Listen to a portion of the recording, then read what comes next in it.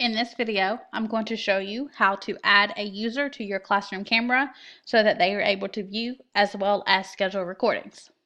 Once you get logged into Safari Montage and get to your dashboard, you want to come to the upper right hand corner and click on your room number.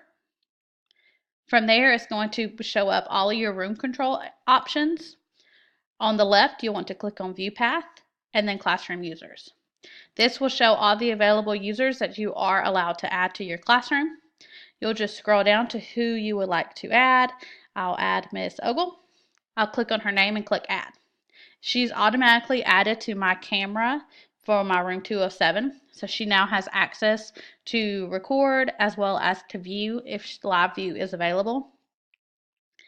If at some point I do not want her to have access to my camera anymore, I come right back to this option, click on her name, and click Remove.